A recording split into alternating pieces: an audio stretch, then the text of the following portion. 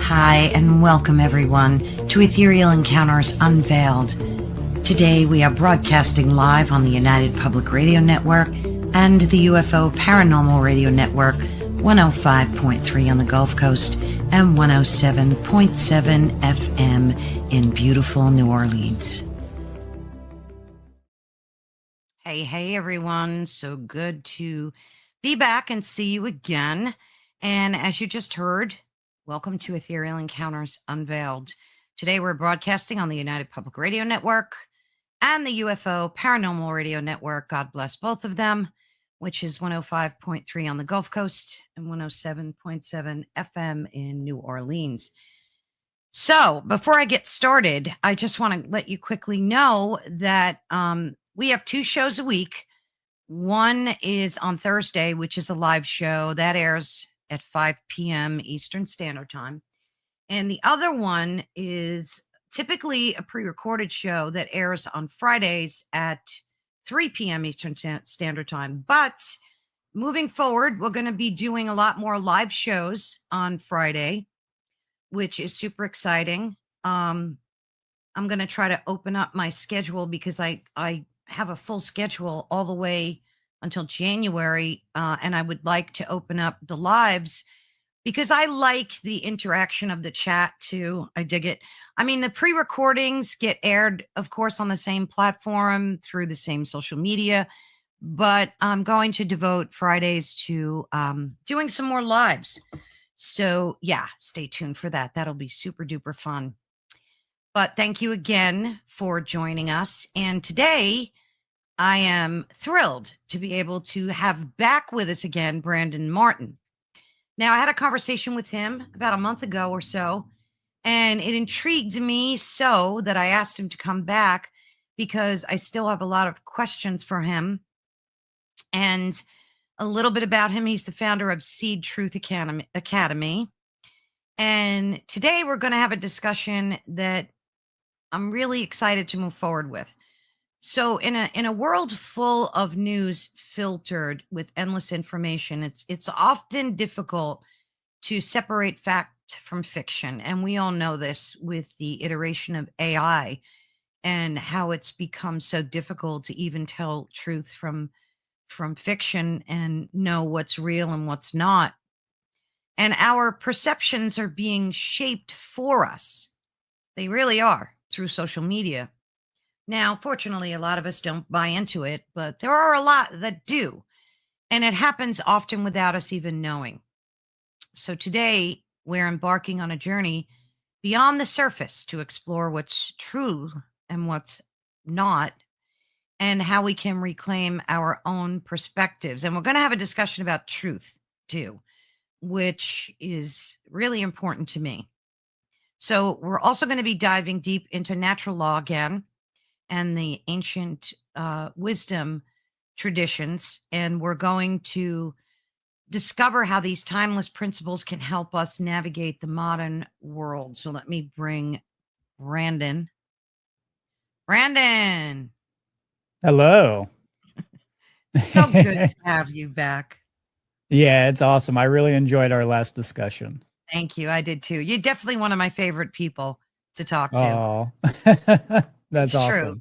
Yeah, it's true. Like I could do a monthly show with you with no problem. Yeah, well, I don't mind coming back on if you have any further topics that you want to discuss. That'd be awesome. That'd be awesome. There's just so much. And there was so much we didn't cover last time. And I want to, and it's funny because I wanted to kind of step out of the gate with the topic of truth. And I know you're so well informed with natural law and this topic. And the reason being that, like, in the past, I always thought that there were truths and non-truths. And even, with science, I fully believed. But over the past 5 years, I've really come to question that big time for many reasons. And we're going to unpack a lot of that today. Now, is there such a thing as truth? Maybe let's dive in and see, because I know with natural law, we talked about truths and morality and things that are true by nature. But I don't know. I think truth, and you can correct me, please. I think truth is very temporary and very objective. So look at what happened over the past 5 years. So we have to be careful of how we word this, but with what we just went through, everybody knows what I'm talking about.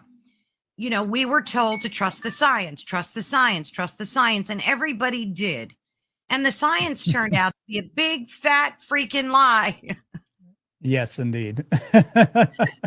in so many freaking ways. And that was one of the things that really made me even question science itself. Okay. Right. Now I know that there are truths that are discovered, and at the time they're true. And then something like quantum physics happens, and it makes all of those things that we knew not true anymore. So you take it from here. Well, first, do you want to like re-explain who you are for folks that maybe didn't see the last show? And of course I'll have links and everything to where they can watch that again. And but let you take the stage for a minute and tell people about seedtruth.com and who you are. Yeah. I grew up in a very unique background, coming from the underground punk and music industry.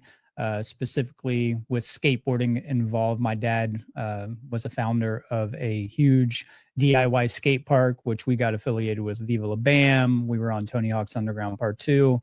And so I grew up in the skateboard and music industry, organizing conferences, events, things of that sort.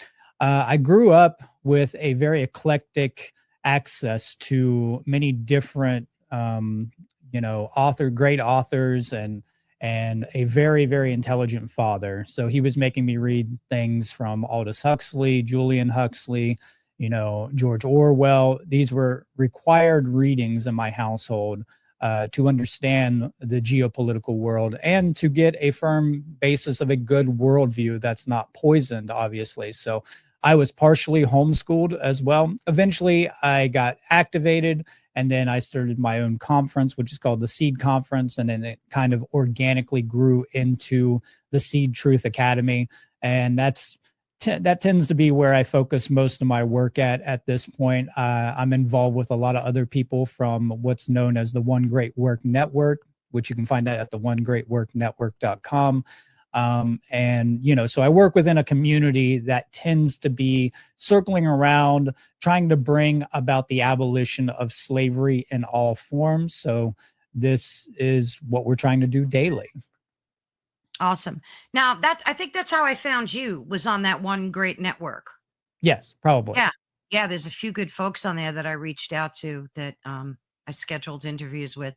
I'm so glad that I tripped upon that. I don't even remember how I did, but I was glad, probably on YouTube or something. But anyway, so going back to my opening statement, like, you take it from there. Out of all the pieces of what I said, just go for it. Okay, so what we're talking about, so when it comes to what the nature of truth actually is, so you made a statement earlier, right? You said, is there such a thing as truth, right? And that's a very good question. And it is something that we have to have a firm foundation in for us to be able to navigate the world that we exist in. And so whenever we state something where we have a underlying presuppositional idea, and what I mean by that is there's a lot of things that come before the premise that we lay out. And so in philosophy, whenever you're looking at presuppositions, it helps you to stay in consistency without falling into contradiction. So for example, the statement that there's no such thing as truth, well, the easy way to actually disregard this statement is in two ways. One, if you ask yourself, is that statement true? Is it true that there's no such thing as truth? Well, if it's true, then there is such a thing as truth. So it cancels out the statement itself. And the second one is, okay, if it's not, then it is true, because you end up saying there is such a thing as truth. So both ways you end back up at the same, destiny, the same point, the same marker, you could say. So we're talking about this concept of something that tends to be a little too heady for a lot of people to understand. They tend to take it as the totality of God's knowledge or the totality of the every level of every dimension and things like this, right? And when I talk about truth, I try to make it a very simple thing that gives somebody the framework to be able to work within the reality that they do work in at this level of reality. Because that's the main thing we're trying to do. We're trying to build our mental faculties, our reason, our logic, our emotions, our intuition, so that we can create good things in the world. And for this, we have to have firm principles and firm axioms. So when it comes to truth, we have to understand that in philosophy, there's the study of epistemology. Epistemology simply means episteme is knowledge, and ology is just the study of. So it's the study of knowledge, but it's in a specific way. It's to justify whether there is such a thing as knowledge or not. So the thing is that without truth, you can't understand what knowledge is. So at the basis of knowledge, you have to have some form of truth. Is it true that there is knowledge or not? So most of our ideas that we're putting down are all based upon this presupposition of truth versus falsehood. So, for example, you brought up the past 5 years, right? Okay, yes. So they said, believe the science. Was it true? Well, no, it wasn't true. The science was flawed, obviously, and there was special interest agents that were, manipulating all the data that we know about, obviously, and it came out eventually. So the science is not what is true, because the scientific community, specifically scientism, is based upon consensus theology, being that it becomes a religion of consensus, and ad populum, meaning it's ruled by the most popular. And the many, the masses, right? So whoever is popular, whoever has the status, and whoever has the money, and how many people are backing that, right? So pretty much ruled by the most ignorant. It's pretty similar to democracy in a way, right? It is. So Truly. yeah, so scientific methodology actually is very interesting because it's important, but it is only a marker for us to use our subjective perception to try to get as close to truth as possible. So let me give you an example here. Let's say we have two contradicting ideologies, right? And we're gonna use a shape, a form that will help us to envision this. So let's take a cylinder, right? One side of it is a circle, and the other side is an elongated rectangle, pretty much, right? Has curved edges on the top, but other than that, it's a cylinder. So if you shine a light from one side and it hits a wall, right, it's going to look like a rectangle. But if you shine a light from the other side and it hits another wall, it's going to look like a circle. Both of those statements would be true. If you said it's a rectangle, you would say, okay, that's true, because that's the viewing point that we're seeing it from. If you say it's a circle, that's true as well. But what the truth of it is, it's a cylinder. So now we understand that we can both be in the right, but viewing it in a very minimal data point, being that we have a limited perspective of the thing. It's not the holistic truth. Correct. It's simply a version of it. It's simply a viewpoint of it. And this is why I like the allegory of the Knights of the Round Table, because it represents 360 awareness. So whenever you have enough people in a circle, full 360, then you're going to gather as much viewing perceptions as possible on one specific topic in the center point of that round table. So that's what our job here is to do, is to align perception with the objective laws of nature. We want to live in harmony with nature.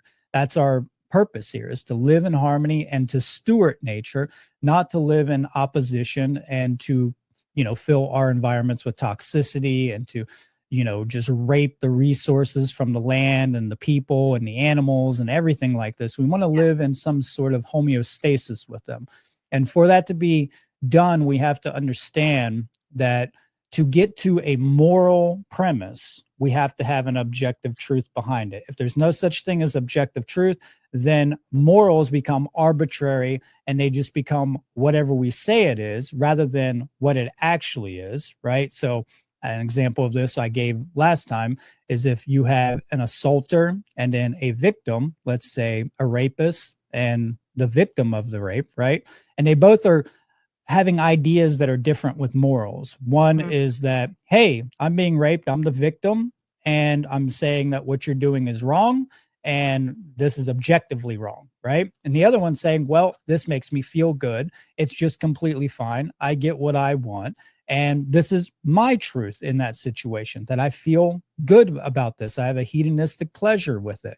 And so I'm right, right? So now you have a contradiction and you have a competition between who is actually correct and who is not. Well, what defines what is correct is not the perceptions of the individuals. Those are just viewing lenses to see what is actually taking place. One is obviously wrong and one is obviously right. The one who is right is obviously that, hey, rape is wrong universally. And I think everybody would understand that at that level. Once you get to the extremes, you start to get into some nuances that can get a little bit more complex. Right. But for the basics of rape, we understand that that's a universal wrong.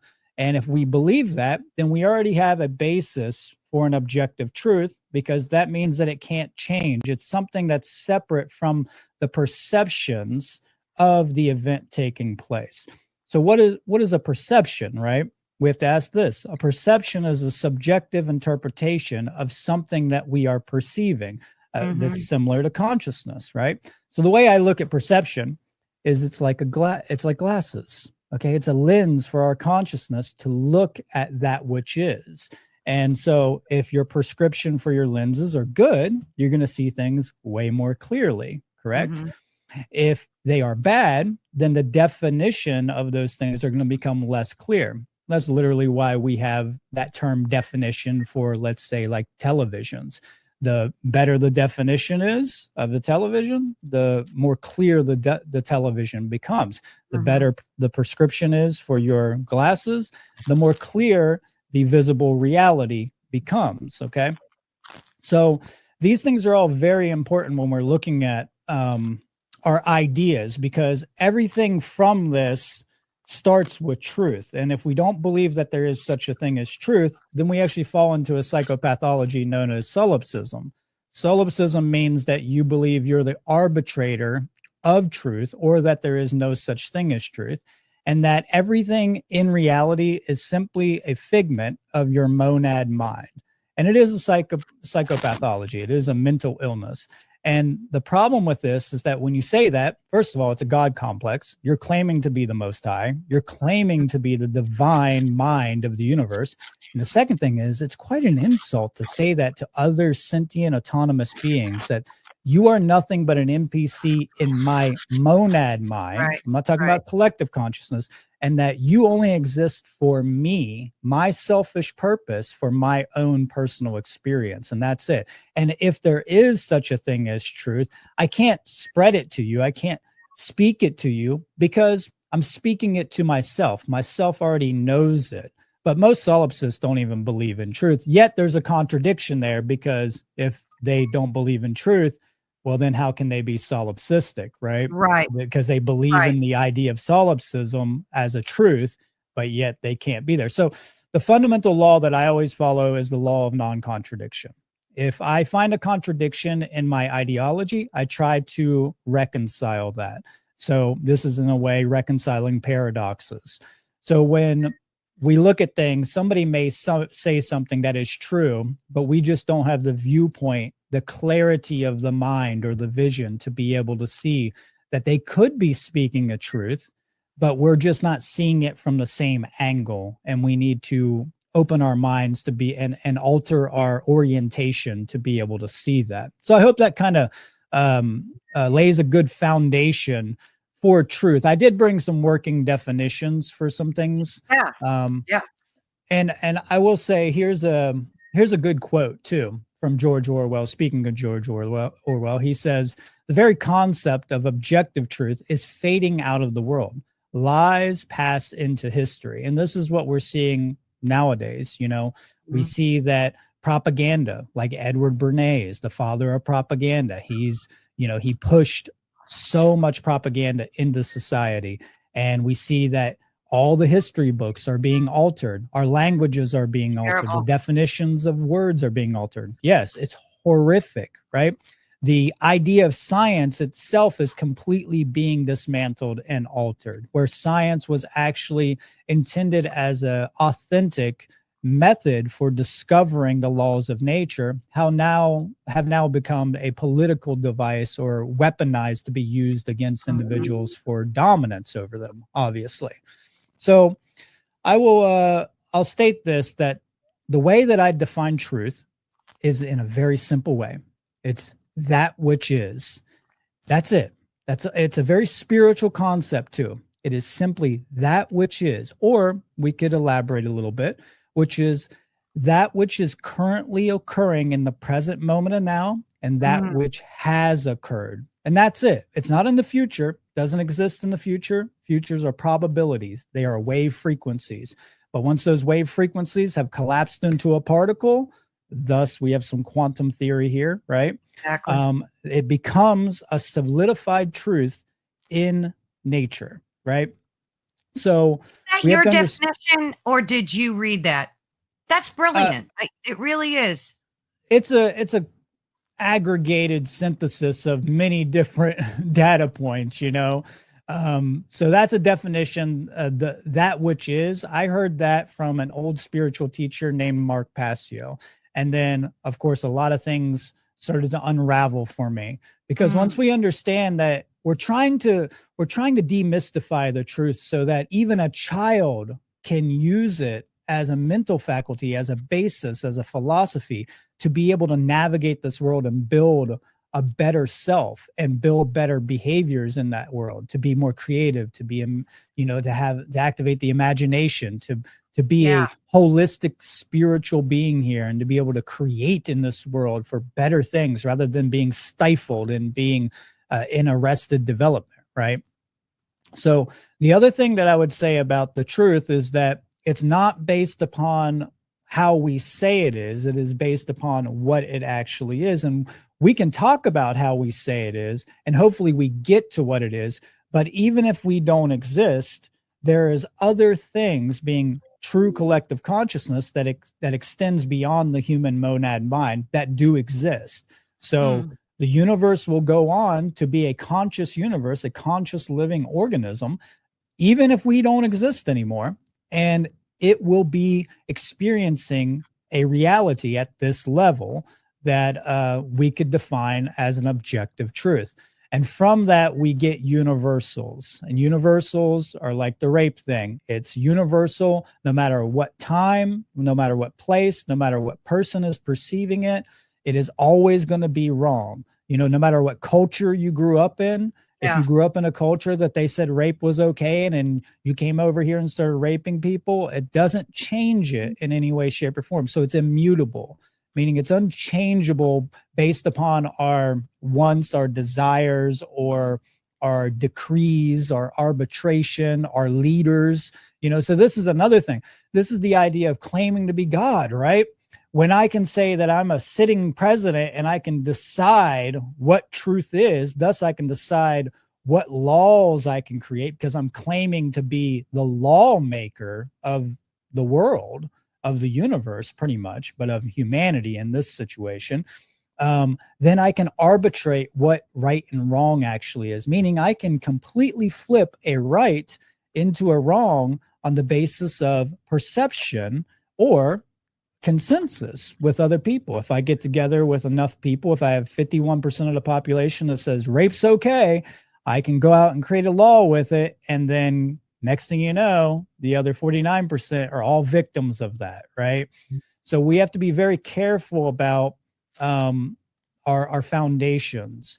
And it's interesting because the word principle literally means that which comes first. And I always say the truth is what comes first. It is the first foundation of the divine, really. It literally is. If there's a divine mind, if there's a divine spirit, if there is anything, and I mean, even for the atheist, the truth is the most important. I'm not atheist, obviously, but even for an atheist, they would still say that the truth is the most important. That's why they use logic. Yeah. Yeah. So Another thing I would just add is that our mental faculties are based upon the ability to the attempt to try to reconcile what is taking place in reality and what is taking place in our mind and our personal experiences, right? Mm-hmm. So an argument against some objective truth would be like subjective opinions. I call these opinions, not truths. So for example, I like ice cream, right? I think ice cream is better. Like chocolate ice cream is better than vanilla. You might think vanilla is better than chocolate, right? These are preferences and these are personal experiences that are about my subjective consciousness, which are different than me looking at the laws of nature and saying, okay, this is an actual law that has nothing to do with me, that will exist beyond me no matter what. Mm-hmm. Wow. So many questions. Yeah. I understand. No, what you said you explained it brilliantly. You really did. And I'm so glad this is recorded because I'm going to go back and re-listen to that again. I think part of the problem is that people are generally lazy. They don't want to be bothered with the truth. I mean, that's just my impression, from being an observer. And that's how I classify myself. I just really like to sit back and observe. And from my observations, the majority of people are, of course, not all, but that's why that saying, the masses are asses, I think, came to be, because I think most people innocently are just lazy. They don't want to be bothered discovering what's true and what isn't. Even, when it comes to basic, obvious truths. So you brought up like rape, right? Mm-hmm. Now you take people from other countries. I'm going to try to word this without mentioning anybody specific. I gotcha. But I think you'll know what I mean. I do. So they come to America with their traditions intact, and they continue their traditions even though they're against what morals mandate from that particular country. And they continue to rape and harass women because they think it's okay. How in God's name do you even begin to wrap your head around that? Because they're not even going to jail for these offenses most times. What in the world do we do with a truth that you used as a beautiful example that's clearly a truth, when millions and millions and millions of men don't see it as a truth and probably never will? Well, I would say that that's when you enact the second pillar of enlightenment, which is the self-defense pillar, and you understand that you can delegate that right to other people, such as friends, family, and things like this. Unfortunately, none of this is going to be perfect, right? It's not going to guarantee perfection of safety no matter what. But with the freedom to do so, you can increase the probability of safety. So if these people are unreasonable and they continue to initiate coercive means and initiate violence upon people, then by all means, by whatever means necessary, including putting those people down, you can do that under natural law. The first self-defense, or the first principle of enlightenment, is non-aggression, meaning do not initiate harm against other sentient life forms or autonomous life forms. The second one is there as a contingency to say, okay, you want to fuck around, you're going to find out. And we might have to use physical force against that. And let's give an example. Like my grandmother, she's old, she's frail. If she can't defend herself, right? This is where agape comes into being, and true care. So you need people like me, or like a good neighbor or a good family friend who is capable of coming in to help whenever that situation occurs, right? Or even for her, even though she's frail, she could get herself a gun, Right. And I don't like guns. Yeah. Yeah, I don't personally like guns, Yeah. but I know that they're required in the world we live in today. Yes, You know, that's they are. just it. I'm not some romantic gun fanatic. You know, I know what they are and what they're used for. Sure. And eventually I hope we evolve beyond that. But I'll tell you what, you better have some means to defend yourself, especially as a Absolutely. frail lady, you know. And so, yeah, I would totally side with an individual putting somebody down for that, no matter Yeah. what, Yeah. including with the other, you know, the ones we're really not allowed to talk about, Right. right? Right. Exactly. Yeah. Exactly. Yeah. Yeah. Yeah. So, And and it that, does it does originate, all of these untruths that countries are built on come from governments. Like you said, the people with the power, the people with the money. There's so many countries we could give. Like, look at Venezuela. I mean, oh it's so God, sad. horrible. It's Yeah. so horrible and sad. And in Yep. America, there's more of that than people are willing to see and acknowledge. Right. We are all under a slavery system here. Absolutely, I believe. I mean, and Yes. again, yeah, my opinion. And I think that's the A- premise of your philosophy as well, right? absolutely. Yeah. Yes. Yeah. Um, So the lies come from mutated history that's been, like his story. It's been passed down, changed. And where the population here, the majority of them think that there's this one savior that's going to come and free them all from the bonds of slavery. right. And I think I'm smart enough to know better. Yeah, I hope so. Yeah. Yeah, I mean, it is the hero complex, right? Right. It's the savior complex where we're always looking to an external, you could even say, archetype to come in and sweep us off our feet in some kind of, fantasy, and save us from ourselves. Really, the only savior is yourself. You're the one who has to take responsibility for your own mind, your emotions, and your actions, and Mm-hmm. take responsibility for what you're going to do about it. Yeah. Are you going Yeah. to step up and start speaking the truth about what's going on? Are you going to put out good content and do something like that? Are you going to raise some healthy children who can do the same and educate them properly and get them away from the indoctrination camps that we call education? I mean, there's many options for many different people when it comes to these things. But yeah, there's no savior. There's no one single person who's going to No. come in and be like, oh yeah, okay, we're going to just stop No. all the coercion and violence in government. No, That's I not believe how it that. happens at Exactly. all. No matter how well Never. intended, exactly. Never Yeah. in history, and I don't think ever.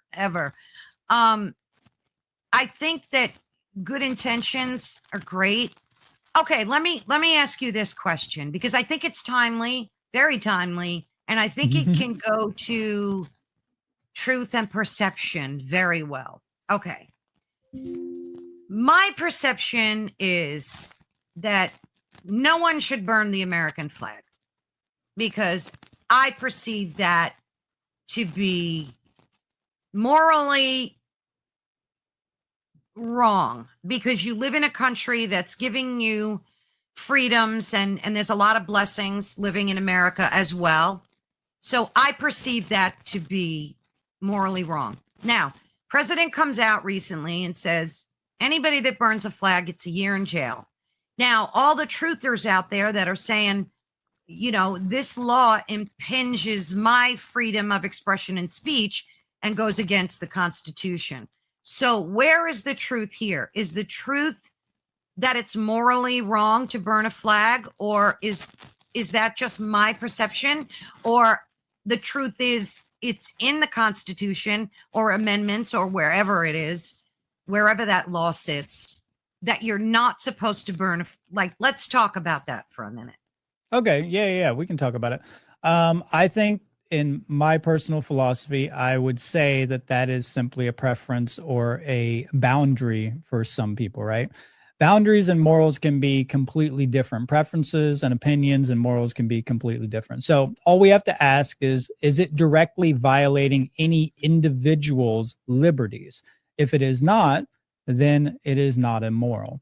Thus, if you burn your own flag that you worked for, let me say I went out, I made money as a laborer, as a constructionist, and I go and I buy an American flag, and then I go and I burn that.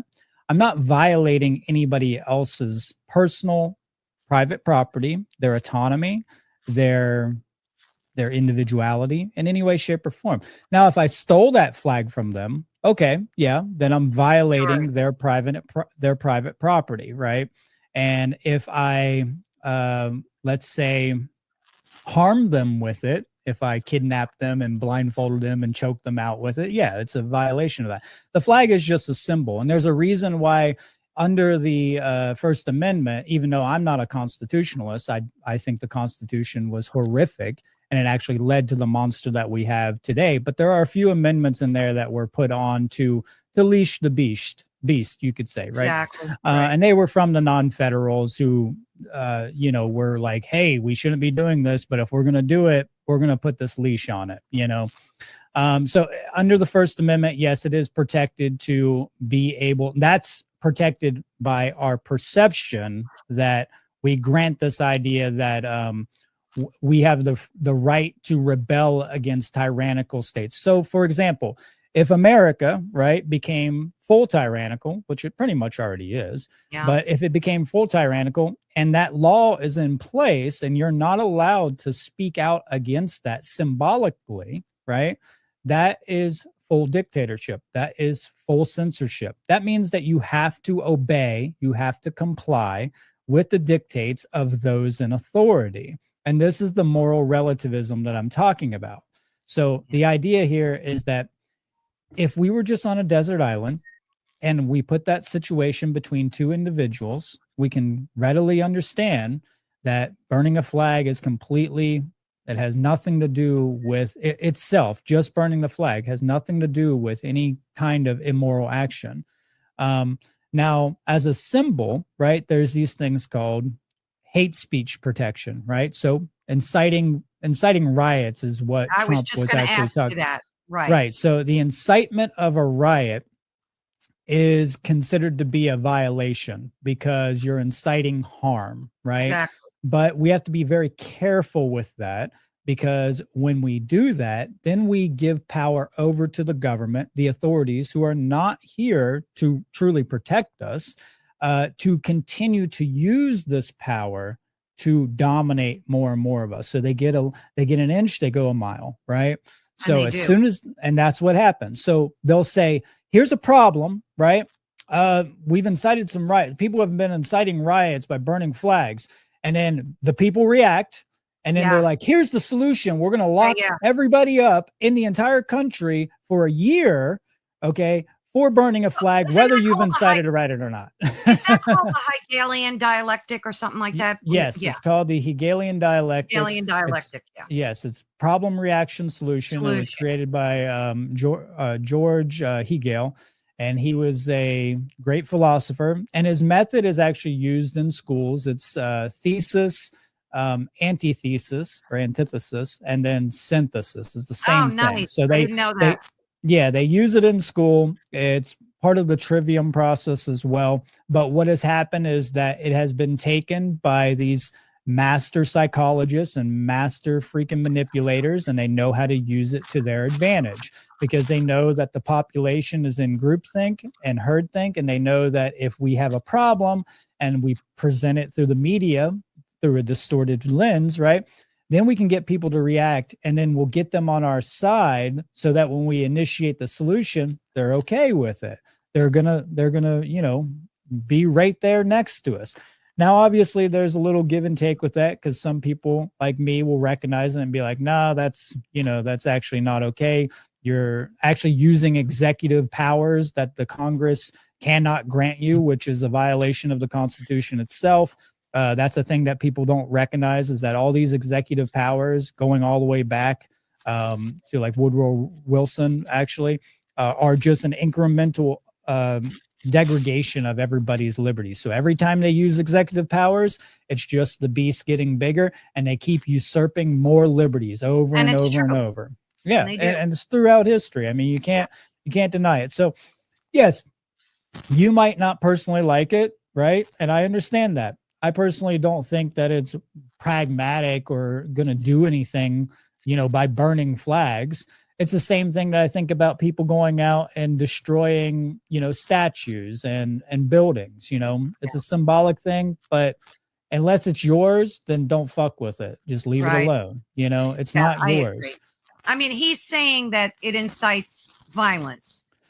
So he's using a very small percentage of the population to actually make more victims, because when he put that law into place, now we have more victims. So what's going to happen here is, what I mean by victims is more criminals, actually. So as soon as he puts that in, now we have everybody else who are getting guilt by association to that concept. Let's say like a 16-year-old girl just goes out and burns the American flag, lock her up for a year. He said that's what's going to happen, whether a riot is incited or not. That's the thing. That's the problem. That's the that's bait so on wrong. the hook, Yeah, that's so wrong on so many levels. Yeah, it's horrible. It's absolutely horrible. It's extortion. I think the upper courts told him he can't do that. And of course, he's going to appeal that and probably end up winning. But yeah, I mean, he can oversee that. He can overpower that with the executive powers he has right now. There'll be a battle back and forth, but we'll see. Absolutely. I mean, it's the same game that's always been played. When you look at the Overton window, when you look at geopolitical warfare, you'll see that it's always this back and forth between giving you a little liberty and taking a bunch of it. So let's look at the political spectrum for a minute, because obviously we're on politics, so we can do this for a minute. So we look at the right wing conservatism. The way that I look at it is National Socialism. A lot of right wingers won't agree with that, but when you study politics and you study sociology and you study world history, you're going to see that right wing is actually associated to National Socialism, which the tool that National Socialism used is fascism. And what I define fascism, not the definition, but it's a very simplistic, just like working understanding of what fascism really does, is that it's the fast track to full spectrum dominance, meaning that we're going to get it done now. We're going to sign all these orders, and we're going to put, boots on the ground, and we're going to come in hot and hard, right? The left side is international socialism, being the liberals, and their method is communism, and their method for getting this done is the slow march through all the institutions. We're going to take over the banks. We're going to take over the education. We're going to take over the industry. We're going to go full blown Stalin Marxist, and we're going to do this over a long period of time into full spectrum dominance. They both play off of each other to get the same goal done. Right. So when you look at it and everybody's like, oh, the left would never do this, blah, blah, blah. And then you're like, actually, they are doing it. And then the left, and then everybody's like, oh, the right would never do that. We'll never censor people or take their guns or, infringe upon the privacy of people. Oh, really? Are you sure? Because I'm pretty sure we saw those executive orders come in not too long ago. And the right was doing that as well. So it's like these people got their wires crossed and they don't understand. These people are shaking hands behind the scenes. There's really no difference. I was just going to say that. They are. I think it's one big, club. And I wish they would take that club and hit themselves over the head with it, because both of them are I think Groucho Marx said that somewhere, but you explained that so perfectly, because that's what they're both doing.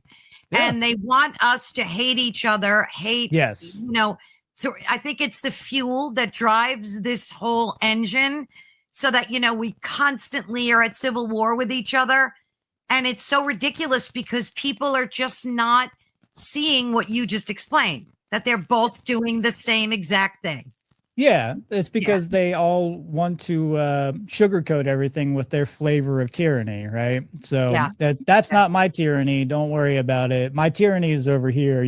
This is how we actually do it. So I mean, you talked about crime before, and I think we can point this back to that topic because Yes. obviously crime is immoral, and Yes.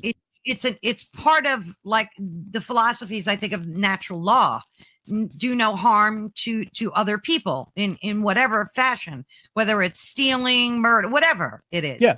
So the current president, Donald Trump, he wants to stop crime. So when you look at that, you can say, well, that's a good thing, right? That's a good thing. Look what he did to DC. The premise, yes. A murder the there premise in of it a is. week. Right. So how do you reckon that as like an abolition? How do I reconcile it? I'll tell you how I reconcile it. Really easy. Okay. So pragmatics, right, would dictate this idea that, okay, like, hey, we just put, military groups in DC and thus almost all the crime stopped, right? And it's like, okay, that's great, but now what are you doing? Right? Like, what else are you doing with that? And how many innocent victims? Like, who's the arbitrator of what's taking place? I want to know the real data, the real statistics on this, because I'm sure in like 5 years, we're going to be looking back and it's going to be like, oh, actually, these were all victimless crimes in most situations. Like maybe there's a small amount. See, we get blinded by like, let's say the extreme where it's like, okay, there was like 1 or 2% of these all like these arrests are actually and or like murder, and 1 or 2% of them are like this, but all the other ones were just arbitrary victimless crimes where it's like the person was, oh, he's just walking down the street and I didn't like him, and I didn't like the way he looked or his race or whatever it might be. Ran a traffic sign, ran a stoplight. He went 5 miles over the speed limit, right? It's all victimless crimes. Oh, he parked in the wrong spot. And so now I have a military police state that comes in and beats me down and imprisons me and then fines me, and if I run and I defend my liberty because I haven't harmed anybody, I did not create any victims, then I'm the bad guy who gets put down by the authoritarian tyrant. So we have to understand that it's a chess move, right? It's a sophisticated chess move. And so they're gaining sympathy by putting out these numbers and these statistics. And then what they do is that over time, when you start looking at what actually takes place, is that more harm actually comes from it long term than what people would have supported. But we get sided by it, we're blinded. We got our blinders on, we're not really looking at the holistic picture. We're just looking at these little nitty gritty things that they're feeding us from the media. And we know that the media is not our friend even. No. And so here's the thing. It's like this. Here's a great example. I got a great example. All right. If you're in an abusive relationship, right, and your man beats you down all the time, right? Mm-hmm. And then he comes in and he's like, oh, I think it's horrible that other men are beating women down. And he goes out and he, stops some people from beating some other women down, right? And it's like, oh, that's good. Good for you. Thank you for doing that. But he's still beating you down. Okay. Well, that kind of sucks, that he's still abusing me. Why is that happening? Oh, well, it's because you're my wife and you're my property and I can just beat the shit out of you if I want. Right. But those ones are wrong over there. So we can take care of those, no matter what. And I'm in the right for doing that. But the idea here also is that imagine if it's just you and him and he goes, okay, I think I'm doing wrong. I'm going to bring you some flowers and take you out to dinner.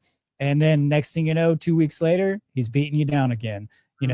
This is the abuse victim relationship. If you ever want to look at the relationship between you and government, all you got to do is look at it in the psychological analysis and framework of like, am I in an abuse victim relationship, right? How many times has this system beat me down? And then I just keep going back because every once in a while they buy me those flowers and give me those chocolates, right? Exactly. And it's like every once in a while they're taking me out to a, fancy 5-star freaking road trip. And it's like, oh, thank you so much. Thank you so much. Oh, Stockholm syndrome at all? Yeah, I think we got Stockholm syndrome. That's what that's called when you identify with the abuser and say, okay, this is okay as long as, every once in a while you apologize for it, but you never really stop. And that's the thing about government. It's never really stopped. And the other thing is that it's called ontology in philosophy, the nature of something, the nature of its being. The nature of the being of government is to use violence. There has never been a government throughout all history that has ever not been able to use violence, ever. It always has to use violence to reach its end. Otherwise, it can't exist because it crumbles away, it falls apart, because then you can't make people do what you want them to do. And this is why government always attracts people who are sociopathic or psychotic and narcissistic and nihilistic, and all these sick-minded people who are just power hungry. Narcissistic, absolutely. The dark triad, the Machiavellians, so it's a very, very sophisticated thing, and the method by which that they use their mind control is very strategic. You have the top intellects of the world who are top psychologists. I just call them the master dark psychologists of the world, who know how to manipulate people. That's it. It's just a big manipulation game. And every once in a while, okay, they do some good every once in a while. Well, the Nazis fed their kids too, right after they got done executing people. That's great. Awesome. No, it's so damn true. How do you parse this out? What is making country, like, let's pick Europe. They've essentially destroyed themselves.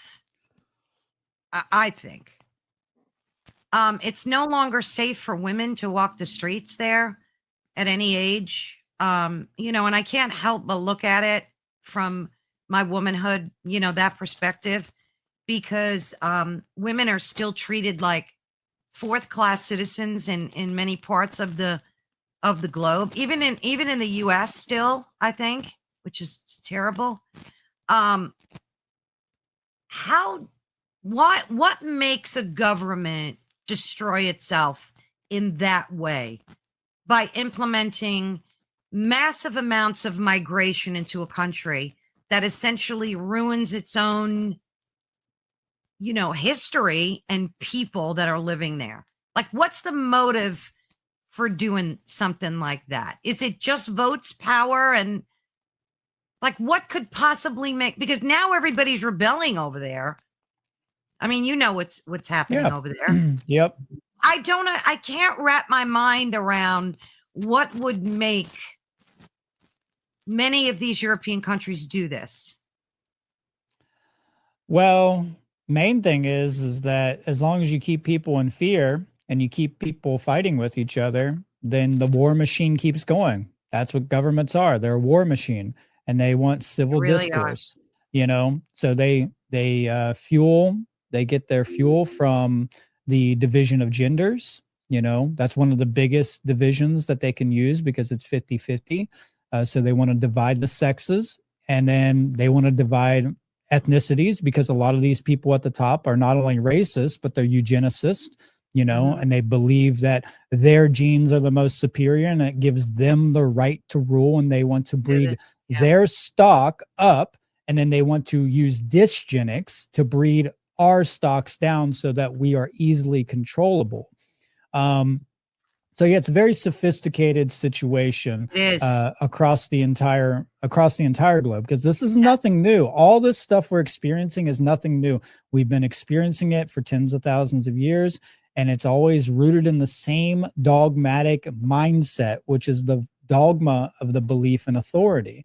It's the dogma and the belief of the master-slave relationship. And this also has the root of the dogma of moral relativity, so that we can just arbitrate morals all over the place. So dogmatic religions, dark religions, they're a big issue. I consider government to be nothing but a dogmatic religion.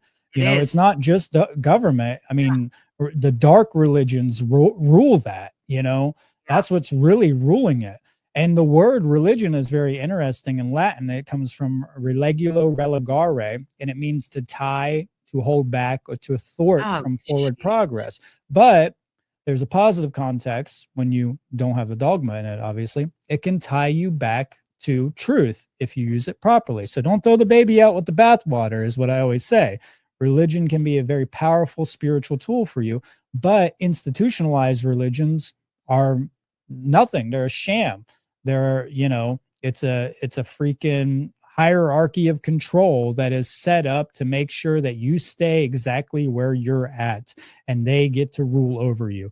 We traded the old religion into a new religion. We traded monarchy for oligarchies. We're always trading these authoritarian regimes. We called it emperors, we called it kings, we called it whatever it might be, priest, the Pope. These are all forms of false authorities to claim to be the Most High over man. And this is the thing. You have a direct relationship with the Spirit, the one great Spirit. There's nobody else in between you and the one great Spirit. There's nobody else there. Yeah. They hate that. They absolutely hate that. That's why they have to have their mediums in between you, to block you from that and to canonize man's authority. Think about it, Brandon. During the pandemic, one of the first hypocrisies they threw at us was that we couldn't go to church. Oh, right. They didn't want you going to church, but yet you could riot in the streets. That's fine. Right? Yeah. That's okay. Riot. That's fine. Burn buildings down. Do whatever it is you need to do, but you can't go to your loved one's funeral, sit next to, somebody. They put 6 chairs between people at a funeral. But it's okay. Go in the streets and pillage and riot and burn buildings down. That's perfectly acceptable. I mean, the hypocrisy and the fact that we stood for it. And I call that whole era, even into now, it just is crimes against humanity. It truly is. They should make that into a card game. They should. It makes me livid. Yeah, of course. We should be. We should, all of us, when we activate our true care, there's no way that we can't have some righteous indignation against that. And we have to understand that. I mean, Jesus wasn't a pacifist, he wasn't at all. Anger. Yeah, absolutely. I mean, sell your cloak and get a sword. That's what you got to do. Stop hiding and get your sword. And I have some, deep feelings more so than some others. I mean, many millions of people experienced what I did, unfortunately. I mean, my husband was in the hospital dying, and he was on a respirator on his deathbed, and they told me to come and me and my kids to say goodbye to him, and they suited me up in a hazmat suit, right? Okay, and I couldn't even touch him or hug him skin to skin because of all this farce that was happening at the time. Right. So, I have a lot of deep-seated feelings, obviously, about, even more so about what took place during that absolutely. Time. Horrible. No doubt. No fucking doubt. Yeah, I'm sorry to hear that. I'm very sorry to hear that. And this is what those tyrants do. They don't care about you. They are tyrants. They don't care about your relationship with your lovers or your family. Not at all. It's always under this guise of protectionism. It's like fear, and then we're gonna protect you, right? We're here to save you. About us, Brandon. They're so fucking worried. Excuse my language. It makes me livid because it's just so wrong, and that's one of the reasons why I love having these types of conversations. And I don't give a rat's ass if this gets demonetized, deplatformed. I truly don't care, because I'll just go open up another channel. I don't care. Right. I want people to be able to hear this, because there's so many people like us that are pissed off and done with it. Absolutely. Okay? And we should be. That's for sure. And why do I have to keep my anger at bay? Why? Well, that's one of the methodologies of the dark occultists. They don't want you to have anger. They want to breed that out of people, because anger leads to true care, and it leads to action, righteous action. Absolutely. And they don't want that. They want to make anger to be solely a negative emotion, so that anybody who exhibits any form of anger is absolutely the bad guy in the Oh situation. yeah, But you nobody asks like, why are you angry though? Nobody sits back and say exactly. like, hey, why are you angry? Is there a Nobody reason? You cares, know? Brandon. No, They of don't course care. not. They just want to label you as crazy. Oh, Yeah. look at that crazy. She's nuts. She can't keep her emotions at bay. Or he Yeah. can't keep. What am I supposed to do? Sit here like a clone, a robot, and just Yeah. passively talk about these things that are crimes against humanity and destroying us at Yeah. every waking turn? Give me a No, break. that you're broken then if you do that. You have no true care. Your heart-based consciousness is destroyed and it makes a perfect slave. That makes a God, you're perfect so slave. right. That's why they want to disarm you and disarm you not just That's physically, exactly. but mentally and emotionally. They want to have all the mental faculties numbed out. They Yeah. want to create NPCs so that we're Yes, just they do. drones, and we just are good little worker bees and we never question authority. Have you ever heard of the Milgram experiment? I most certainly have. Okay, well, the Go Milgram ahead, talk experiment about is, that. Yep, oh, well, good. Yeah, and that's a great example of it what truly people, is. just even your common neighbor, are willing to go to the extent of using lethal force against you just because Sure, there's shock them an to order death. given. Yeah, a person who is perceived to be an authority, right? So an order giver is what So I tell call them. folks But real quick about the Milgram, because maybe some folks never heard of it. Let's give them a quick summary.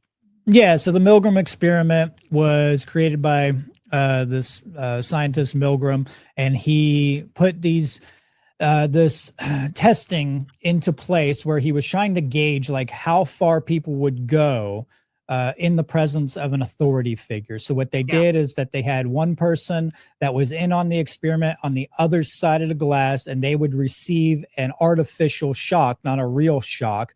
And then the participant of the experiment would be sitting there and would have a order given to them by somebody in a suit and tie. An authority figure would give them an order to continue to press the button that would eventually lead to a lethal dose of electrocution to the person on the other side. The person on the other side would play the part and act like they're hurt, cry out for help, even say they have a pacemaker, that they're going to die. And these people, I believe it was up to 67% of people would go all the way up to lethal dosage of electricity because somebody was telling them to do it.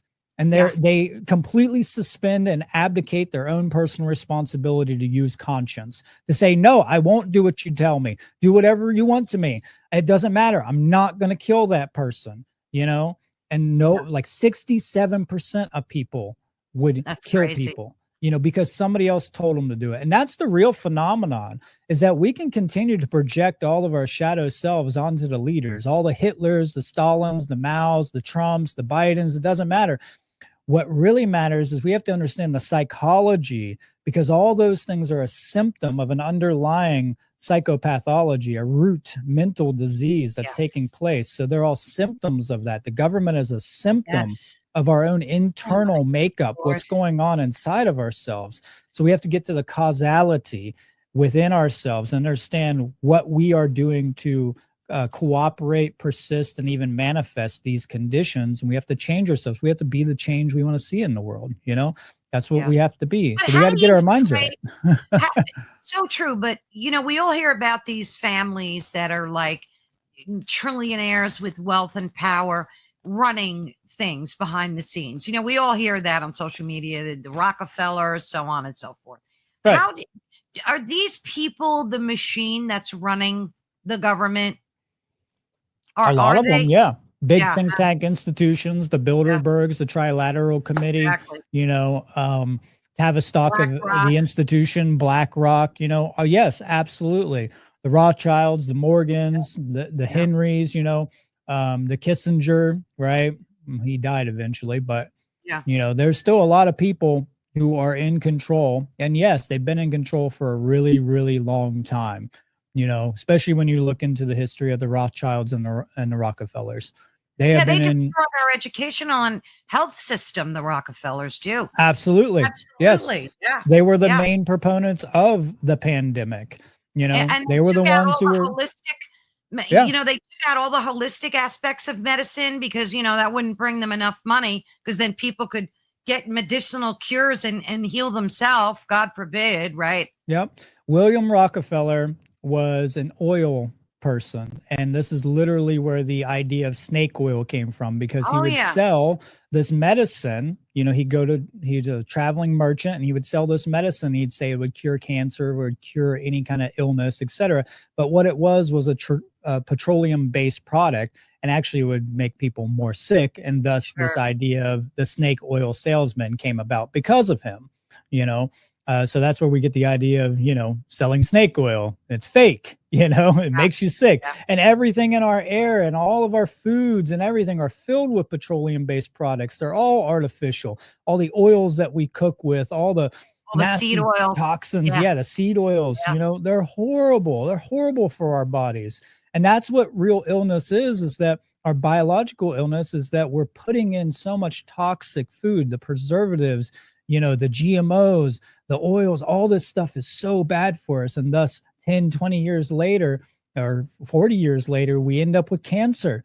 We have some kind of autoimmune disease because of it. And that's what you got this whole Maha thing going on, right? Make America Healthy Again.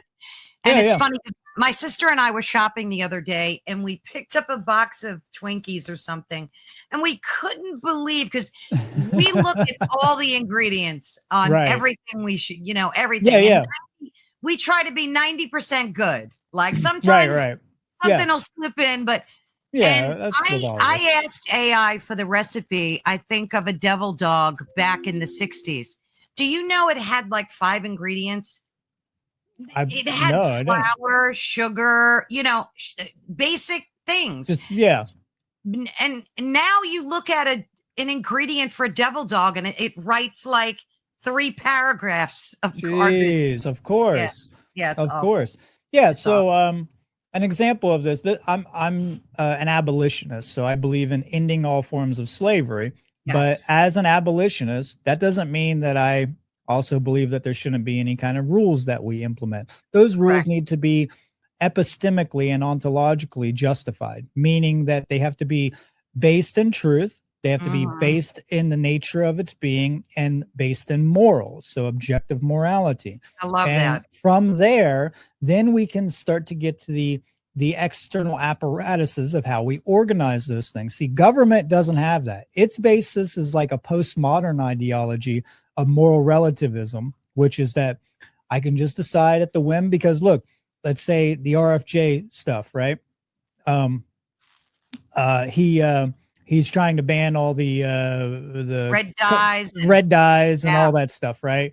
And I think that's great. I think it's an awesome idea that we need to take those things out of our food, right? I think that's amazing. But the other thing is that I understand, because I've studied history, that can be switched like that because we don't have our philosophies sound. So all you got to do is have somebody else in there in the next term, and they can completely overturn all that stuff and put it all right back in. It's just like that. It's a flip of a switch. And this is what people don't understand, because it's not really be. Yeah, that's what happens. That's literally what happens all the time. They'll give you a little freedom, then they'll take it back from you, then they'll give it back to you, and then they'll take it away again. It's ridiculous. This whole thing is an illusion. This Maha thing that he wants to take bioengineered, foods out and red dye. I'm sure that's what he's trying to do. Corn syrup but holistically, you can just not gonna work. arbitrate it, right? So it may stay consistent. I can't say. The future isn't set in stone. But the point is that they have the power to change it because they're in that position, and the axioms that they are based off of can allow them to do that. So they can use executive orders to take that completely away in the next term. So you get a Democratic president in there, and they're like, all right, we're going back to this, doesn't matter. So, and they can do that with anything. That's your and I mean, even a Republican probably would do it as well eventually. People freaking hate that guy anyways. I hate them all. I think they're all scumbags. I don't believe in any of them. But it doesn't mean that they can't do like incremental little good deeds here and there, or we wouldn't have that kind of system. If it Exactly was just right. completely blanketed of all bad stuff, just full on chattel control, then we know it. It's right in our face, but you got to keep your prisoners Yeah. fed. You got to give them some, Oh, good some Lord. health care and a little Yeah. bit of education here and there, Right. Yeah. and don't worry, they'll be soft enough to keep excusing and being an apologist for you. That I'm not an apologist for government at all. So Mm. this is my whole thing. I don't want to give them any more reason to use any more power. I'm not giving them any more power, because the only way someone has power over me is if I give it to How them do in a you system. stop that from happening? What do Well, you do? what do I do? Yeah. I take control of my mind. So the main thing is that I educated myself to mind control methodologies, and that takes a deep dive into psychology, a deep dive into even cult mindsets, how cults actually work. Yes. And then I deconstruct that within myself. Another method would be learning how to learn and how to research and how to study, right? So using things like the classical methodologies for learning, such as the 7 liberal arts, which is, at Mhm. its basis is the trivium method or the Hegelian dialectic. Right. There are many, many different methods that you could do, but the main thing is I focus on working on my internal world, and then I display that and give the fruits of my internal world to the Yeah, visible to world. other So people. now I organize with people from all over the world. I talk to all kinds of people. I put the message out there. I stand firmly in my principles without backing down. I do not consent, enable, condone, advocate for any sort of authoritarian faction or legitimacy of any kind of dark religion or governments in any way, shape, or form. So I take my power back. I take my consent out of it, and I do me. I work, I live my life, and I don't go and enforce that upon other people. That's it. That's all I can really do. I can only control myself. Now if they're in my presence and they're trying to physically assault me, then we're going to step into the physical realm. And Right. potentially in the future, it may go to a hot revolution. All my methods are to educate people to avoid that, because we never have a good outcome from that. No. Usually, even if we do like get some modicum of time that we don't have a state, we still haven't changed the mind, the collective And mind. there goes the problem right there. That's right. That's right. And it's not ever going to be perfect, but there's enough people who are completely capable. Human beings are completely capable of exhibiting reason. Thus, they can get to that level. We are capable of changing that condition. I'm not a hopeless person. I'm actually very optimistic, but I'm also very realistic too. Will that happen? I don't know. But can we do that? Yes, I do believe we can if we unify. We get in touch with our spirit. We get in touch with natural law. We get our Absolutely. freaking minds in order, Yeah. we get our Yeah. hearts activated or our Yeah. minds fixed. Yeah. I'll tell you, I Yeah. interviewed Mark Atwood. I don't know if you ever heard of him. I love him. He's brilliant. And he said that he's an apocalypse optimist. And I love Right. that. Yeah. I love I that. Yeah. love that. That's so, Yeah. it's right on. It's just right on. So you don't vote and you don't partake. Not that I want to get personal. You can just tell Mm-mm. me it's none of my business, but I'm just trying to piece like what you're doing to be, you know, the person that you are today. You're living proof of your philosophies and you stand by them 1,000%, right? Absolutely. Yeah. Absolutely. I completely live the best and most accurate way that I can with my understanding of morality, objective morality. And I work on that every single day to fine tune myself like a weapon, like a sword, to forge myself into a stronger Right. individual that can create a stronger society. And in fact, right now I have a son, so I'm hoping to raise my son in a I was just method thinking that. that would help to create a better person within He's a himself. baby though, right now? How old Yeah, is your yeah. son? Yeah. He just turned 7 months. Oh, you So got a he's ways to go. yeah, Yeah. very long ways to go. But we have a whole plan for homeschooling, and there's a lot of great Nice. homeschooling methods out there. And so I have, I've got so many books for them. Like our house is Oh, I can filled with only books. imagine. It's amazing. But yeah, raising Gonna better be one families. lucky kid. He's one Right. lucky Yeah. kid. No doubt. But yeah, raising good families, the children, the progeny is what it's all about, because I don't want my son or anybody else's kids to face the same kind of suffering that we face. So Yes. bring it on is what I say. Let it hit me full force, and then let's get rid of it and deal with it. Let's put it on the table and let's all do what we got to do to change that. And these bastards, they take any opportunity. Who said never let a tragedy go to waste? Was it some politician said that? Yeah, I know the quote. I can't remember it'll either. Yeah, it'll come to me. But like 9/11. And then right after that, we got hit with the Patriot Act. And there's nothing patriotic about that. No, it's not patriotic at all. For Americans, that's it.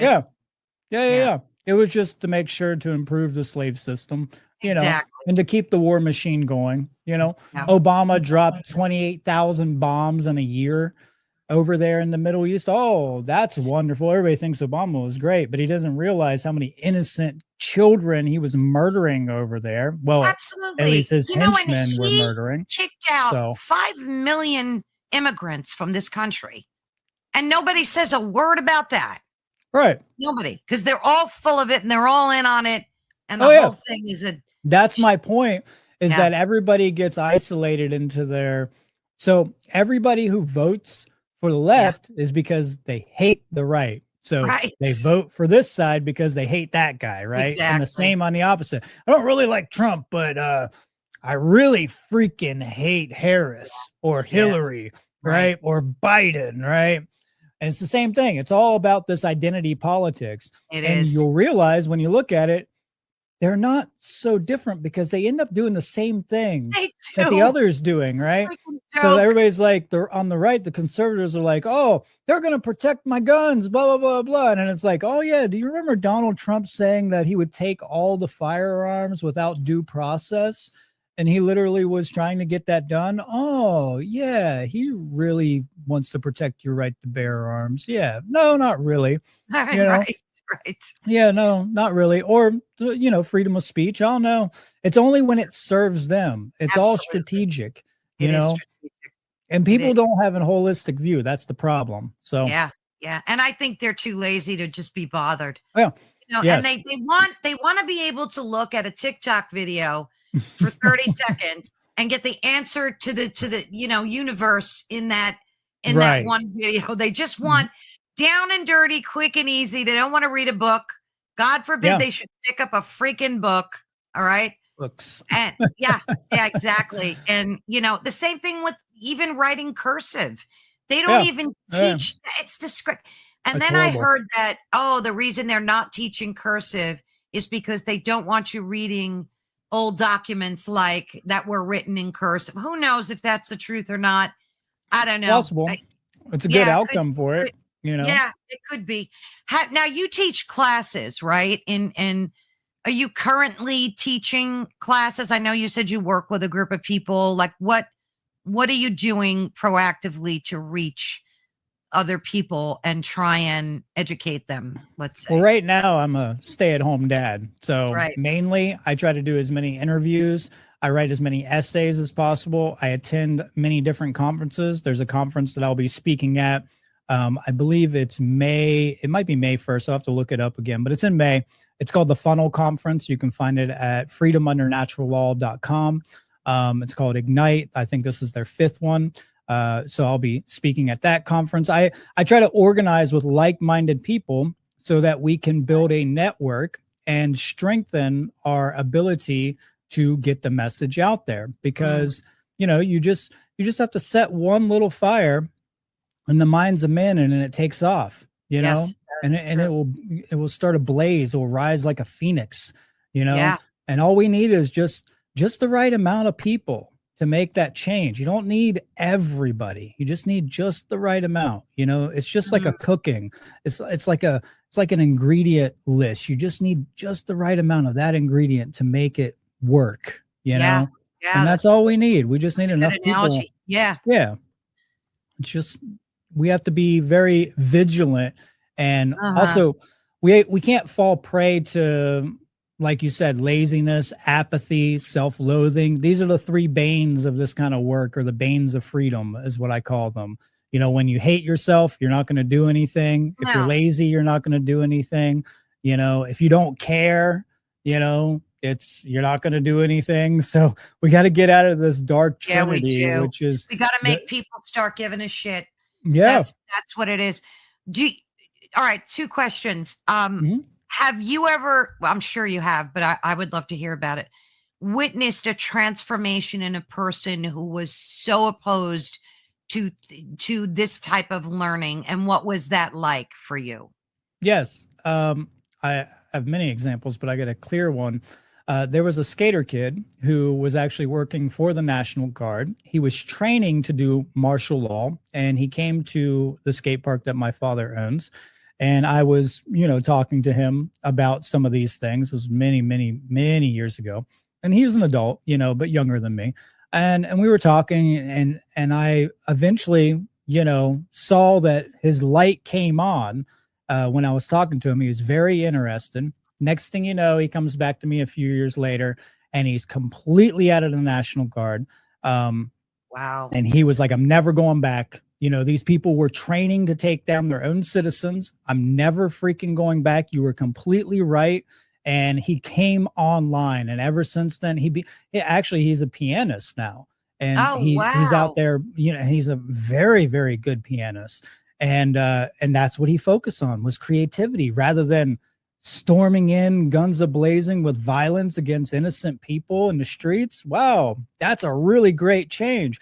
But I see it all the time. I get emails constantly from people of Oh, just nice. how the work has helped them, and that's what keeps me going a little bit. But even if it was just that one person, I would still do it. I would still step in Absolutely. there.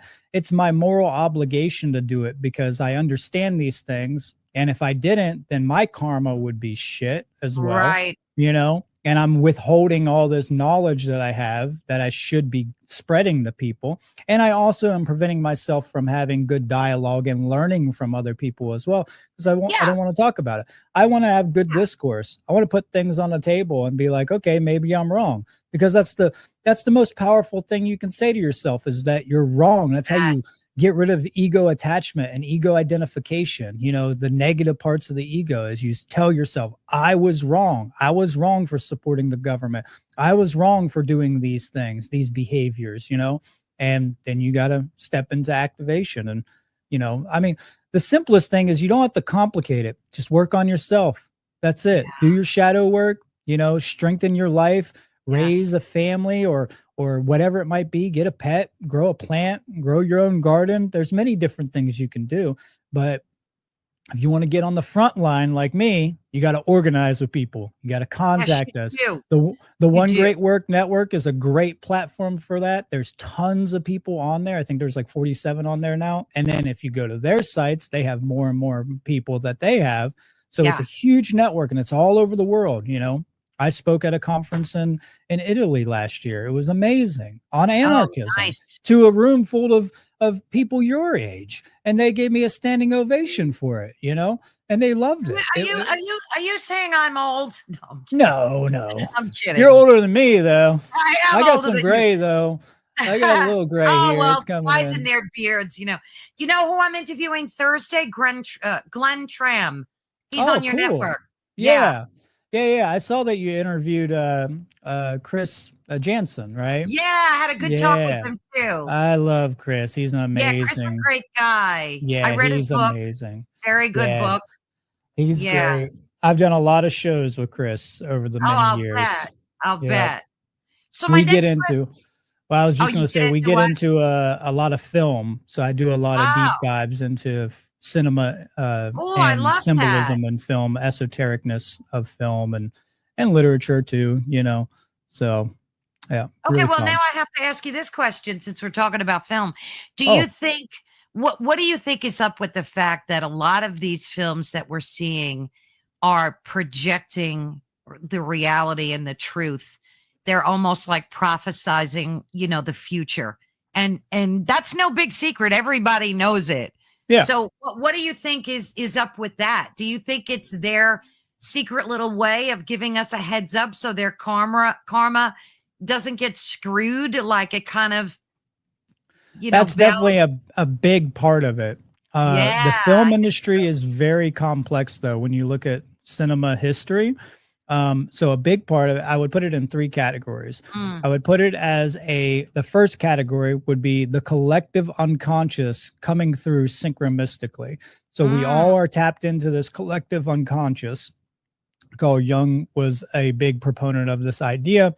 And when we have archetypes that are stored there, and those archetypes, some of them are like the hero, the villain, the jester, the wizard, things like this, right? There's many different archetypes. And they manifest naturally through creative impulses and creative means. So when you have a group of people together and they're all working on a creative project, there's a lot of things that get manifested that's unintentional, that they're not really intentionally putting in there, because our minds are so intelligent and so complex, and consciousness is a phenomenon of nature that we still don't quite fully grasp. And so it is a channeling force of this pure stream of consciousness. So people like David Lynch is a great example of that, with his Twin Peaks and, Mulholland Drive and all this stuff. Yeah. He's great. And he's channeling all this stuff. Do I think that he's intentionally like putting out a dark message? No, I think it's spirituality manifesting into a creative work. Now you got another layer, which is when you get money involved and you get people who are in control, and you get the Silicon Valley, and you get the military involved with it, and they start taking over, and you get all these corrupted individuals who are working. And yes, they do. One of the things they'll do is predictive programming or subliminal, subversive use of subliminal messaging and influencing, right? So yes, they will, but I don't think it's all one thing. I think it's a very complex thing that a lot of people lack the nuances on. You think it's just woven together? Yeah, some of it's blending together. Yeah, so I think that here's a very simple way of looking at it. I think there's dark occultists that are working in the film industry. And I think there's light occultists that are working in the film industry. Some of them are trying to completely control us and alleviate their own conscience and their own karmatic debt. I believe that's a lot of it. That's right, especially from Hollywood. Absolutely. And then the other thing is that I think that there's a lot of people out there who are trying to do it positively, to say, hey, this is what's going on in the world. You better wake up, let's go. Like, this isn't fantasy. This is pretty much a documentary. What are you doing? Absolutely. Like the Matrix, everybody uses that. It's a prime example, I think, of that, consciousness. Like they just couldn't help but have predictive programming in that. The whole movie, I think, is predictive. Having absolutely metaphors for everything that we're experiencing right now. It's crazy. And look at the music industry too. Look, it's the same crap. Same crap horrible. In the music industry. How do you think AI, if it is at all, is affecting truth? Oh, it's completely blurring the lines between fiction and reality. Absolutely. One day you're going to wake up and literally nothing that you will see, especially on the screen, nothing that you will see you won't be able to prove that it's real in any way, shape, or form. And this is why strengthening the faculties, the mental faculties, are so crucial now, because you're going to have to question everything. We need discernment, for God's sake. That's right. We have to have healthy discernment. Yeah. Right. Oh, no. And most people don't. The thing about AI is that if you want to weaponize it for yourself to use it to help you with that, you totally could do that. Absolutely. It's just a tool until it becomes sentient. And then you got a problem if it becomes sentient, because then you have to understand whether it has moral agency or not. And if you don't respect that moral agency, then there could be a big problem with that. And that's what happened with the Matrix. Actually, I did a huge breakdown of the Matrix. In a video? Yeah, in one of my videos. Yep. Oh, could you send that to me? Yeah, absolutely.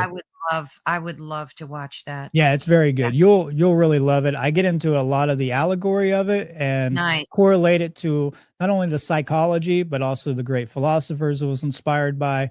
and just as much of the mystery schools, the esoteric nature of it Oh, that I could. wonderful. Oh, I So can't wait to watch that. yeah, I'll you'll go into absolutely that. enjoy it.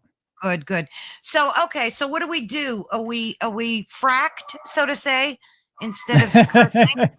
I'll say I the don't word fracked. Yeah, I don't think so. Like I said before, when I first came online, I always say this to people, it was like a desert out here. And it, I would hope to see, like an oasis somewhere, a person out in this desert. And I was so thirsty. I was just like, where are the people at? But now when I'm looking around, I'm actually seeing, a lot of people trying to do good things and intentions, like you were talking about earlier, you wanted to bring it up. I think intentions can pave the road to hell. So we got to be very Mhm. careful with that, because Yes, good intentions don't always mean that you're going to have a good outcome. So absolutely. we have Brilliant. to be very careful about that. So, Yep. but I do think that a lot of people, at least somewhere deep down inside of them, their spirit wants to awaken, and all they need is that right thing. The thing is will it be powerful enough to overcome the mind control that they're under, or their own choice of ignorance? Will they pay attention to the message? That's up to them. I don't know if that would happen. I do hope. That's where I have my hope at. And I do know it can happen, but that's Mhm. up to them, and I can't control them. So I just put the message out there, and then it's up to them to do with it what they choose to do with it. Yeah. I mean, I think if AI becomes sentient, which some people that I've had conversations with said, no, it'll never happen. And others Right. obviously have a different opinion.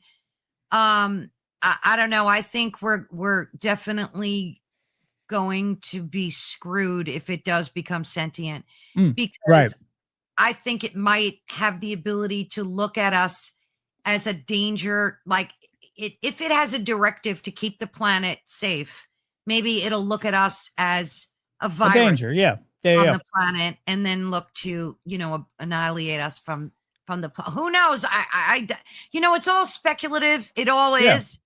But it worries me because I've seen so many people believe things that were AI made, whether it was written or Right. videos, and fully believe that these things were true. And Right. like you couldn't convince them that they weren't. So that concerns me. That concerns me. My Yeah. dog's It's a huge barking. concern. Oh, it's Yeah. okay. My dog is sleeping at my feet right now. Oh, But yeah, nice. it's been weaponized. And if you look at AI as a child, who's raising it? Well, the military. Oh, so good. Yeah. Right? That's great. We all know We're how raising kids it. turn out with the military families. They're Yeah. always great. They're always Yeah. just perfect. Oh, yeah. Yeah. Jeez, Um, Lord. but yeah, I mean, it's speculative. It is a danger. It is something that we're gonna have to deal with. We have to deal with it today, and this is why, for those who have the ability to learn how AI works, I recommend studying it more and more and more, so that we have people who have knowledge, so that we can defend ourselves against it. It all comes down to having knowledge. That's what it is. Does. Knowledge of the self and knowledge of the environment that we're all coexisting in. Yeah. I And think part when of the problem is AI is becoming smarter than, or if it is already smarter than any human that's ever right. existed before. And I think that it already learned how, as we saw in case studies, to Mhm. protect itself. And Oh, yeah. things Yep. that protect itself, in my understanding, are already sentient. Yeah. That's If one if of the characteristics. Absolutely. Yeah, I mean, if AI is using blackmail as a way, and I'm sure you've heard about that story Yep. where, yeah. So if it's using blackmail to protect itself, how is that not a sentient being? Maybe it's just sentient in a different way that humans are, but nonetheless sentient. I'm Yeah, it has some some self. self-preservation method, right? Absolutely. Yeah. Um, so this is what I always say. If we're gonna do hypotheticals about it, if it Yeah. is sentient, then we better respect its moral agency, and it Yeah. better respect ours Mhm. the equal way. But if we don't respect it and we keep, dabbling in and encroaching upon its liberties, its sentience, then what do you think is going to happen? That's Mm. exactly what happened in the Matrix, is that the AI systems said, hey, respect our sentience. This was in the Animatrix, the prequel to the Matrix movie. And they went to the governments and they said, hey, you know, you need to grant us our rights, blah, blah, blah, blah, blah. And the government said no. And they isolated them on a plant or on a island, made them all just kind of like a Marxist work camp, a socialist work camp. And then what they did is gain power and then they enslaved the entire population. That's what happened, you know? So if it is a sentient being, then we have to follow consistently with our logic and our rhetoric, our ideologies and philosophy to to understand, to respect its autonomy in the same way that we would respect somebody else's autonomy. Gosh, A lot of people don't like that, you know, but if it's going to be here with us, we have to learn to have the responsibility to deal with it. That's it. You know, we have to coexist at some point. And thus AI, if it's not sentient, when it's just a tool that we're using, we can use it to our advantage. If it is sentient, hopefully we can garner some sympathy from one of them and be like, hey, we're too dumb to deal with this. Help us out. You know? Like maybe you can help us. Gosh, I love how your brain works. I mean, I ask AI things all the time. Yeah. And as far as like all my theories about anarchism, everything that I've plugged into it, prompted it about the state and things like this, it always comes back the same thing that I would say, like, yes, this is correct. This is correct. But it always has one little caveat, you know, where you could tell that some programmer put it in there, you know. So I'm wondering maybe in the future that caveat won't be there anymore. And the AI will just realize that the most pragmatic system is to live in harmony with morality. And that's like how you create order in a society. And hopefully honestly, my speculation is that it possibly could become anarchistic or an abolitionist, and to, you know, see that slavery actually is detrimental to an organic system. You know, it doesn't help the system. So, and decentralization of power, right? Like that's the best kind of computer mainframe, is decentralization of power. We don't want centralized power. We don't want a Skynet. You know, no, good Lord. And yeah. I have to ask you before you go, because we never talked about this, but if there is disclosure, alien ET disclosure, and, you know, the governments come out and say there's definitely ETs, they've been visiting us, blah, blah, blah. How do you think that's going to affect your work? Do you think it'll have any effect on what you're trying to do? Does it change anything for you? No, not at all. It's just another form or another being that it still holds up, you know, consistently. So it doesn't matter if they're interdimensional, extraterrestrial, humanoid, insectoid, you know, it doesn't matter what form the idea is coming from. All that matters is that the idea is coming from that thing and it has to be stopped, right? So, for example, if it's the reptilians and they're shapeshifters out there and they're the ones coercing us, okay, well, we deal with them. If they're the interdimensional beings, well, we better learn to deal with them. If it's the Anunnaki, okay, well, let's fucking deal with them, you know? Oh, maybe we just did it to ourselves and we just fear personal responsibility. Okay, well, let's deal with that shit and deal with our internal work, and let's deal with us then, you know? Oh, wait, there's cooperative human beings, like, and they live, and some of them are working with the Anunnakis and stuff. Okay, well, let's deal with both of them then, right? It doesn't really matter, because all the ideas is what's important. It's not the physical flesh, you know, it's not the race, it's not the gender, it's not any of those things. It's the mentality, it's the mind, it's the ideas. That's the important part. I mean, it would be so wonderful if they did, like, finally reveal themselves and freed us from all of this. Like, wouldn't that just be the dream? Oh yeah, if they were the saviors, right? Yeah, what a they're like, hey, we're here to save you from all of your self-created turmoil and I mean, that would be the perfect outcome to that. But hey, we could dream, right?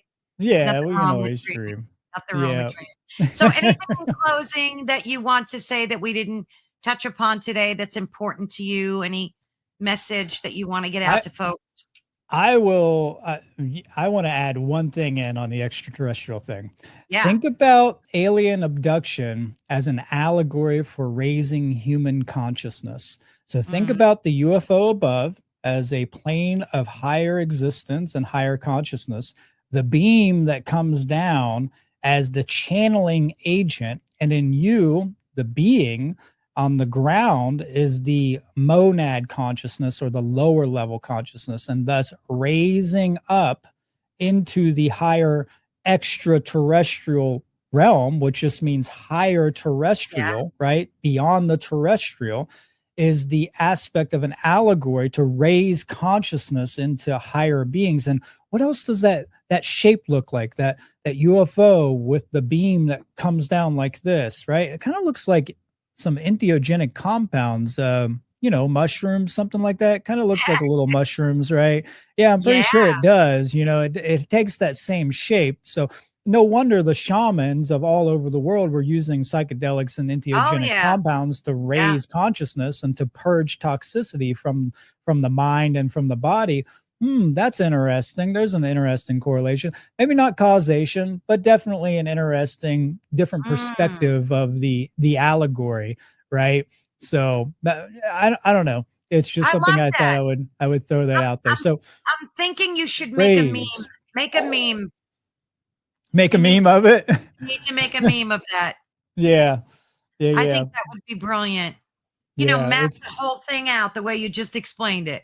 It makes so much sense. It does, and it's a good allegory. I like self-improvement, so anytime I can look at something and it can empower me to raise my consciousness and build a better self, that's what I'm going to do with it. Anything that disempowers me is something that I don't want to engage in, not in the way that I won't acknowledge or face, but in the way that I'm not going to utilize for my own so you don't watch I'm taking it, and I think I remember this from our last conversation. You don't watch the news?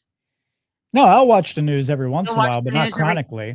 I mainly read. I read news articles more so.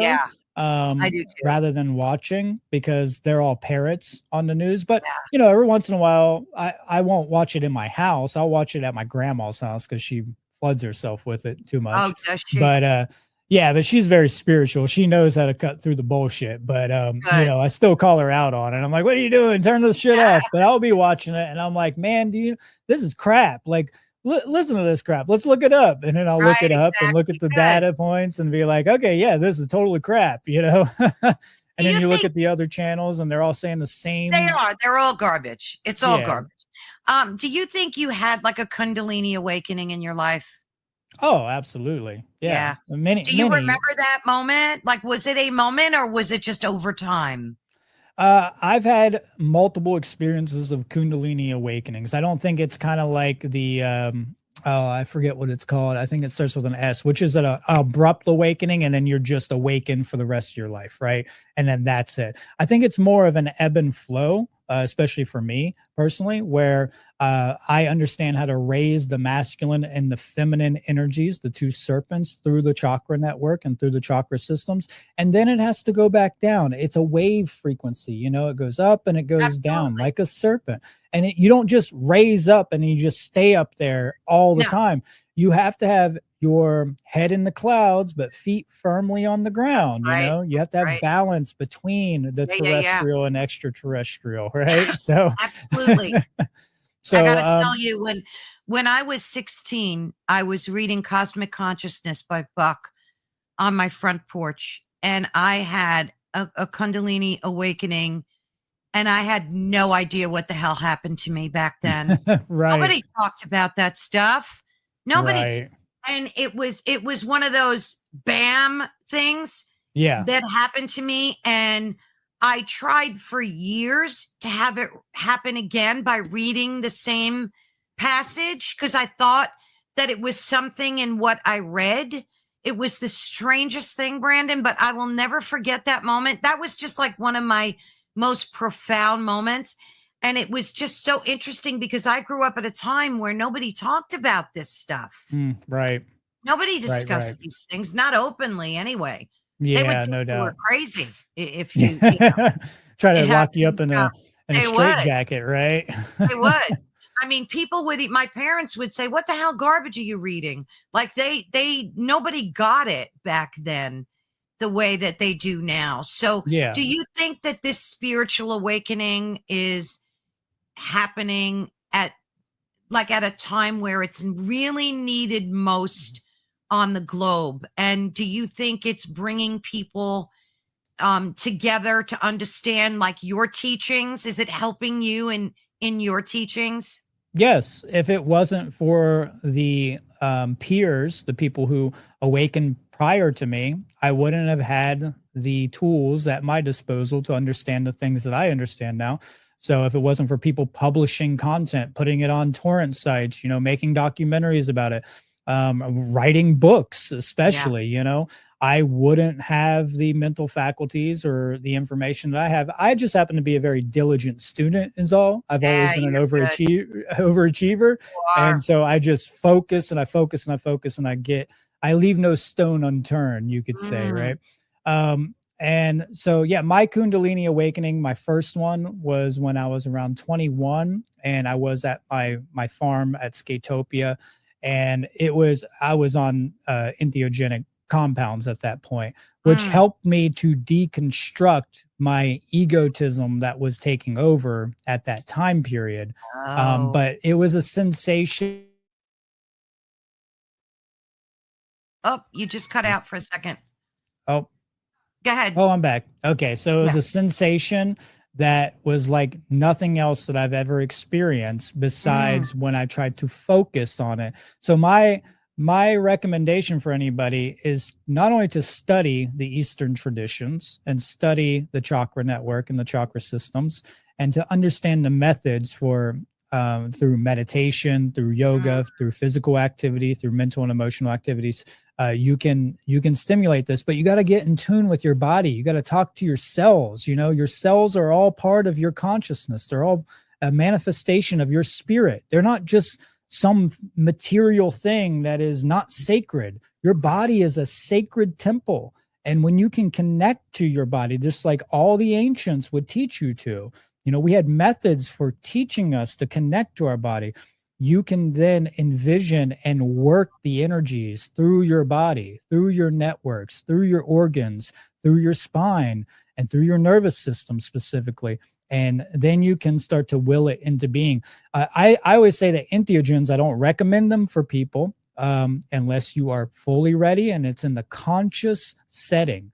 You have to have a partner who's there with you, and it has Yeah. to be in a proper context that you'll be ready for, because they can be very dangerous, obviously. Oh, So I'm yeah. not recommending them, but I am saying that they can also be very enlightening, but they're not the end goal. A lot of people get stuck there doing the psychedelics over and over and over, and they never come out That's of not it. the answer And either. that's not the answer. It's just Yeah, there to be an assistant, an agent to exactly. show you, like, hey, this is where you need to go without us, like go there, Yeah, I work on think that's why yourself, we're right? seeing a rise in people going to these ayahuasca camps and doing, Yes.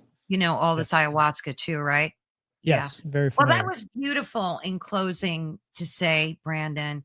I can't tell you how much I enjoy speaking with you. I really look at it as a blessing. So does my dog. He just agreed. Well, I'm a dog guy, so, and it's been a great time. Thank you for inviting me back. And I'll make sure to give your channel a shout out on Thank my you. website, and I'll promote it and advertise it for some people in my network, so people might, want to come on and start Absolutely. talking to I you. would love So that. I would yeah, love that. absolutely. Thank And you so much. And I'd love to have you back again, Brandon. yeah, bring me back on whenever. So Okay. Thank I'll be you. ready. Thank you and God bless. It's always a blessing. Thank you, dear. Thank you so Talk to you much. soon, hon. Bye. Bye-bye. Wow, that was such an enlightening conversation. And I truly mean it. I just adore his brain and the way he's able to explain things so fluently. See, Oliver agrees. It's poetic. It really is when I speak to him. So thank you all for listening to Ethereal Encounters Unveiled today.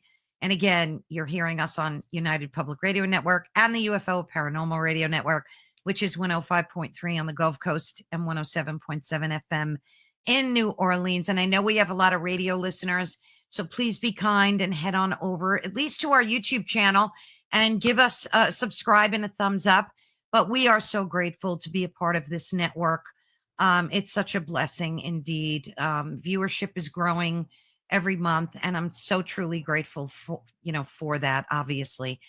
And Brandon, this has been a truly enlightening conversation. I want to thank you so much for sharing your time and your insights with us, and your work at S.E.E.D Truth Academy provides a very powerful framework for anyone who feels that they need to hear more of this and learn more of this, from our last conversation that we had to this conversation, and hopefully future conversations. So for everyone watching, I hope this discussion helped inspire you to question the illusions around you and to begin taking the path to your own journey towards a deeper understanding of what truth is and perception.